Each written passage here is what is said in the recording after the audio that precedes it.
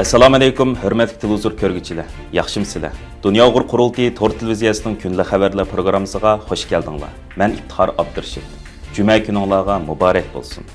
Hurmatli ko'ruvchilar, tövəndə diqqətinizlər kunlik xabarlar programmamızın təfsilatı bo'lsin.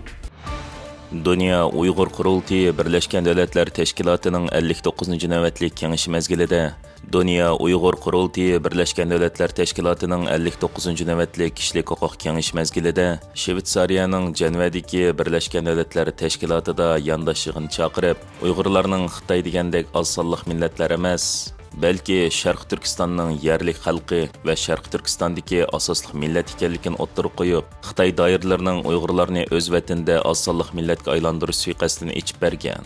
Irqiy qirg'inchilikning oldini olish Yazidi fondi tarafidan uyushtirilgan to'qinish rayonlaridagi oz sonliq millatlarning kimligini qo'g'dash temasidagi bu yig'inning ichilish so'zini qilgan Dunyo Uyg'ur Qurultiyining raisi Turg'unjon Alovdin apandi yig'inning ichilish so'zida mundaq dedi: Men bu yig'inni boshlashdan burun shuni ta'kidlamoqchimanki, Uyg'ur xalqi oz sonliq millat emas, balki ularning vatani bo'lgan Sharq Turkistonning yerlik xalqi va shu yerning ko'p sonliqni tashkil qilgan asosli xalqi.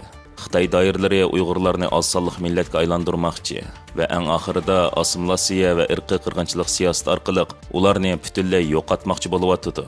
Men bugun bu muhim faoliyatda ko'pchilik bilan birga bo'lganligimdan faxrlanaman. Diniy rahbarlikning oz sonliq millatlarning kimligini qo'g'dashdagi roli haqida muloyiza yurgizganda tarixiy mas'uliyatimizni va davrning jiddiy ehtiyojini esda saqlashimiz kerak. Dunyoning har yerida oz sonliq millatlar o'zining kimligi, tili, madaniyati va e'tiqodini saqlab qolish uchun uzundan buyon jafoliq kurash qildi. Bu kurashlarning yadrosi doim diniy dohiylar bo'lib kelgan. E'tiqod faqat yakka ibodat masalasi emas, u yana jamiyatga tava bo'lish, tarixiy aslima va assimilyatsiyaga qarshi turishning ochqichi. Diniy dohiylar bo'libmi ezilgan jamiyatlarda faqat ma'naviy yetakchi emas, ular yana kimlikning qo'g'dug'uchilari. Ular o'z xalqining azob oqibatlarini duo tilida ifodalaydi va adolatsizlik oldida sabrchanlik, umid va qaysarlikni namoyon qiladi. Halbuki bugungi kunda nurg'un davlatlarda diniy rahbarlarning roli bostirildi va sistemalik nishon qilindi. Masalan, Xitoy Sharq Turkistonda Uyg'ur xalqining diniy zotlarini qo'lga olyapti. Masjidlar cheqiladi, diniy ta'lim-tarbiya cheklanadi. Diniy rahbarlarni jamiqtirish amaliyotda e'tiqod erkinligiga daxl taruz qilganlik bo'lib qolmasdan, balki butkul xalqning kimligini yo'qotishga urinishdir.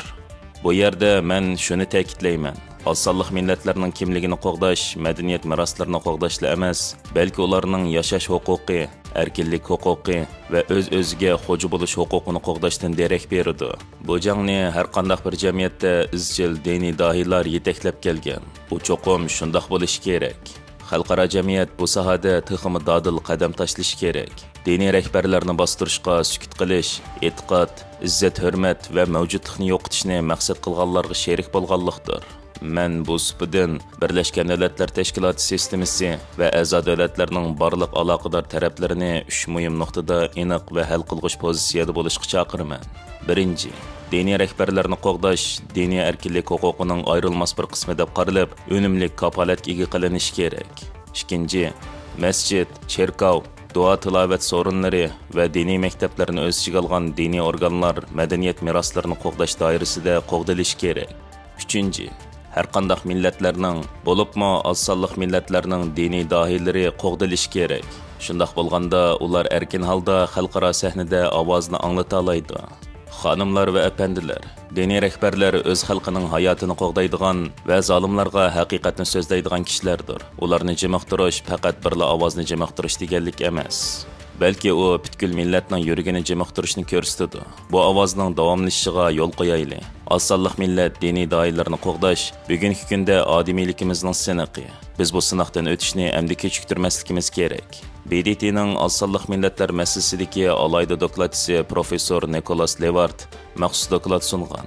Faris Shamiran riyosatchilik qilgan bu yig'inda Dunyo Uyg'ur Qurultiyi ijroiya komitetining raisi Roshan Abbos so'z qilib, Xitoyning assimilyatsiya siyosati, irqiy qirg'inchiligi va 3 milliondan ortiq Uyg'urning Xitoy hukumati tarafidan turma va lagerlarda majburiy emgak silinayotganligini, Xitoyning chegara halqagan bostirish siyosatini ta'kidlab o'tgan. O sözüde mundaq degan: Xitoy hukumatı texi dunyoga ko'z ochmagan bovoqlarni onasining qarnidan ilib, ayollarimizni tug'mas qilyapti. Masjidlarimizni chiqib, millionlagan kishilarni turmaga tashlab. Mana bu Uyg'ur irqi qirg'inchiligining realligi. Kam deganda 3 million kishi jazo lagerlariga solandi. 3 million 400 ming kishi majburiy emgakka selindi. 1 milliondan ortiq bola oilasidan majburiy ayrildi. 16 mingdan ortiq masjid vayron bo'ldi yoki chiqib tashlandi. Ba'zi rayonlarda majburiy tug'ut cheklash sababidan tug'ilish nisbati nolga yaqinlashgan. Biz Uyg'urlarning kimligimiz va e'tiqodimiz jinoyatlashtirildi. Xitoy davlat taratqullarining xabariga qaraganda 1 milliondan ortiq Xitoy kadri va bularning ko'pinchisi erlar Uyg'urlarning uyiga o'rnashtirilib, Uyg'urlarning kundalik turmushini nazorat qilishga o'rnashtirilgan. Uyg'ur erlarining ko'pinchisi turmalarda va lagerlarda bo'lganligi uchun ularning ochi-singillari o'z uyining ichida atalmish qo'shmoq tuqqanlar tarafidan jinsiy parakanchilik uchirmoqda. Bizga o'zimizning vatanimizda ishg'olchilar tarafidan oz-sonliqlar deb belgi qo'yilgan. E'tiqodimiz, tilimiz va meroslarimiz tahdid deb qaraladi. Namoz va ro'za tutish cheklangan. Milliy kimligimizning turiki bo'lgan ona tilimiz, adabiyotimiz maktablarda cheklangan. Aslida bu masalaning yadrosi Xitoy hukumatining bu kimlikka qarshi urushi bo'lib, Uyg'ur xalqini yo'qotishni maqsad qilgan. Uyg'urlar o'z vatanida diniy erkinligini boshqa musulmonlardek ochiq erkin yashashi mumkin emas. Xitoy hukumati Uyg'ur madaniyatini vayron qilish va dinimizni qonunsiz qilish bilan bir vaqtda o'zining musulmon davlatlarga diniy erkinlikni qo'g'dug'ich qilib ko'rsatmoqda.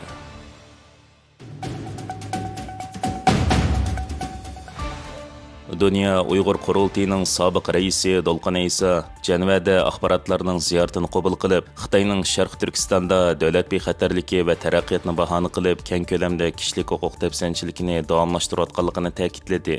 Tribunal gazetining xabarida e'lon qilingan Uyg'ur kishilik huquq faoliyatchisi Xitoyning majburiy emgak va nazorat qilish qilmishlarini oshkorladi nomli xabarda BDT kishilik huquq kengashining Janvada o'tkazilayotgan 59-qatimliq yig'inida so'z qilgan Dolqin Aysa vaziyatni qo'rqinchli deb tasvirladi. Xitoy davlat bexatarligi va taraqqiyotni bahona qilib, keng ko'lamda kishilik huquq dafsanchiligini davomlashtirmoqda deydi. Gazetda Dolqin Aysoning so'zini naql elib, Sharq Turkistondagi Uyg'urlarning ahvoli yanada og'ir. Millionlagan kishi jazo lagerida azoblanyotdi va majbur emgakka selinyotdi. 1 million Uyg'ur bolasi oilasidan ayrilgan. Sharq Turkistonda Uyg'ur aholilarga qarata yuqori texnikalik ko'zatishning keng qo'llanilishini ayblab, Sharq Turkiston mustabid texnikaning sinoq maydoni. Xitoy hukumati lagerlarni atalmish qayta tarbiyalash markazi deb ataydi.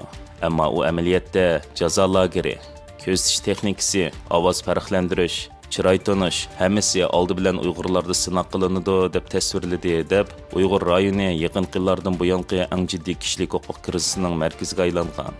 Xitoy hukumati majburiy tug'maslik, oilalarni ayirib etish va rayonga ilg'or ko'zatish sistemasi o'rnashtirish qatorliq og'ir ayblashlarga duch kelmoqda deb yozgan.